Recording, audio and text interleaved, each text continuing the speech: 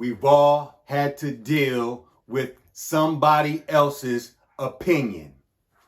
Let that marinate for a second, okay? We've all had to deal with somebody else's opinion, all right?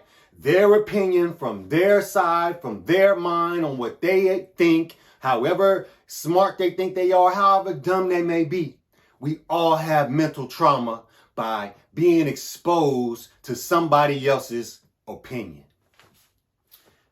Somebody's opinion out here, it can be very disrespectful.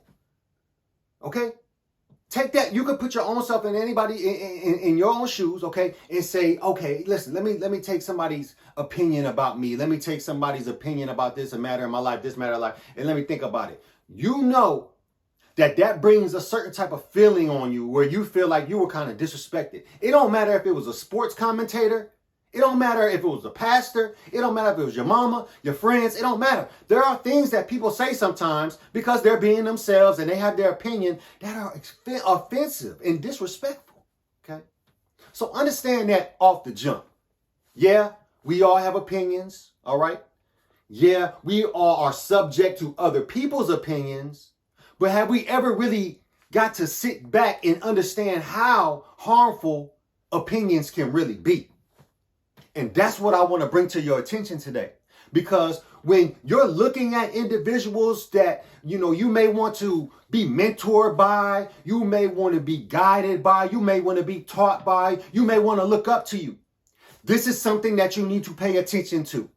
And I'm giving you a jewel right now because I learned this a long time ago. However, this is very hard to practice. But with me giving this to you the way I'm giving it to you right now, as simple and as clear as I am, you are going to be able to understand why not only other people's opinions don't matter of you and of what they think about something that you should be doing, but your opinion doesn't matter at all as well.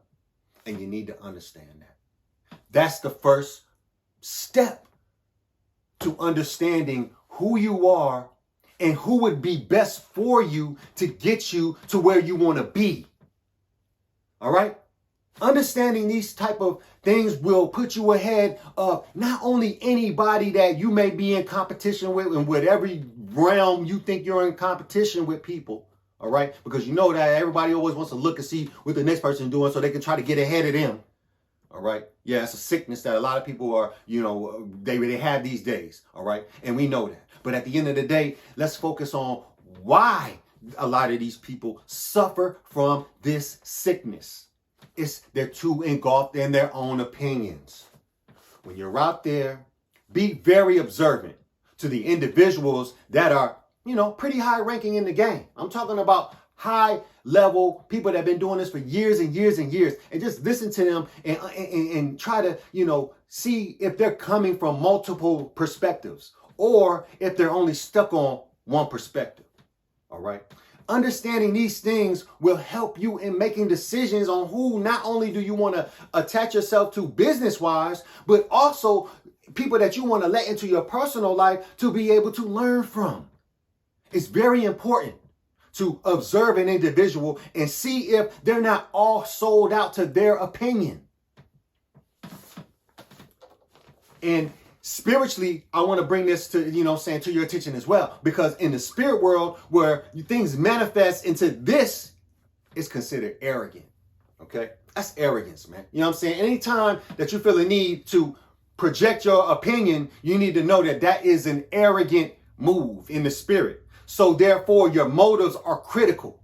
Where you're thinking is critical. Where your heart is critical at this point.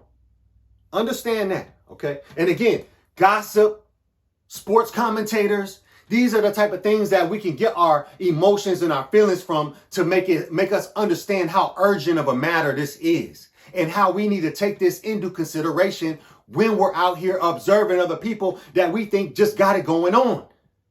Because I'm going to tell you like this, people that are caught up in their own opinion and what they think about things and that's it, those are not people that we should even want to even be around, honestly. Those are very toxic people, all right? It is. And you want to know what's at the root of narcissism? It's that. One-sidedness, your opinion, thinking that it's only what you think. Yeah, you might listen to other people. Yeah, you might say out of your mouth, oh, I listen to people. I take everything into consideration. But actions speak louder than words, okay? What comes out of your mouth defiles you, not what goes in. So be observant out there. Watch. Look for people who may be doing these type of things to show you that, yeah, they caught up all in their opinion. They'll listen to you. They'll, really? But in reality, they don't give a shit, man. They don't care about coming to the table, man. And then, of course, that leads to favoritism, okay, and having biases. And we got Robert Greene in his masterpiece, another masterpiece, okay, The Laws of Human Nature, in which he has these 6 biases that hold us back from rational thinking. I like to think of it as, the 6 biases that's holding us back from treating people the way we want to be treated. Go back and reference that book, man. You probably got audio version, whatever, man. Go check that out. Go check them 6 biases out. Check that whole book out if you got the discipline in it. You probably already have. Who knows? But go back and refresh those. Check those out and look at that. And I guarantee you will be able to become one with that and understand why it's such a problem, because you probably can hit with a lot of those. And if you're like me and like to practice discipline and like to be able to take criticism and hate the same way you take loves and, praises, then you will appreciate this and you will understand that, I have to be cautious on how I move and how I think so that I'm not practicing favoritism in my own life. Why? Because I don't want to receive that kind of feeling in my spirit and feeling in my life where I'm getting pushed to the side because other people are receiving favoritism. You see what I'm saying? It's not a good feeling. I don't know if you've been there before, but I've been there before. I've been, pushed to the side because I wasn't a part of that group over there. I've been withheld from, promotions and held back from certain opportunities just because I went with the good old boys or whatever the case may be. Masons, it don't matter. Masons approached me when I was young. As soon as I got into the military, man, I thought, oh, okay, it was some cool cats that was doing what they was doing. You know what I'm saying? And when the individual approached me on it, thank God that I was already gamed up from my youth. My father had already told me about some kind of things that they did and, kind of things that they believed in. And I, of course, I believe in the Christ.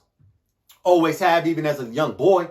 But at the end of the day, I had a kind of a story like that from my dad that had a bad taste in my mouth about it. But the fact of the matter is that if I would have been like, yeah, man, let me, let me get in the, I get in, I'll be down, whatever, then now I'm a Mason and shit. My career would have went a whole lot different, man. And now when I'm at this age and, that's years ago and I can dissect things, I can see that. I can see how favoritism and being part of something really lines you up, man, or get you out of trouble. It does all kind of things for you. And of course, I've already known that was a way of life, but that was just a personal story with me that I know is playing today for all of us. If we ain't a part of this, if you ain't a part of that, if you ain't part of this, and somebody else is, most likely out here, if you playing in that realm, if you playing out here in the world in the 3D like that, then most likely you're going to get shitted on. But that's okay, though. That's not nothing to be upset about to the point where we're not learning the lessons that are in this. Okay?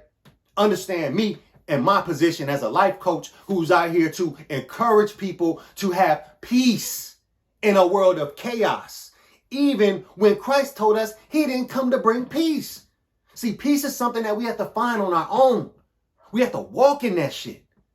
Okay? It's not given to us by the Christ, because if Christ would have gave us peace, then we would never learn. So learning is key. Understand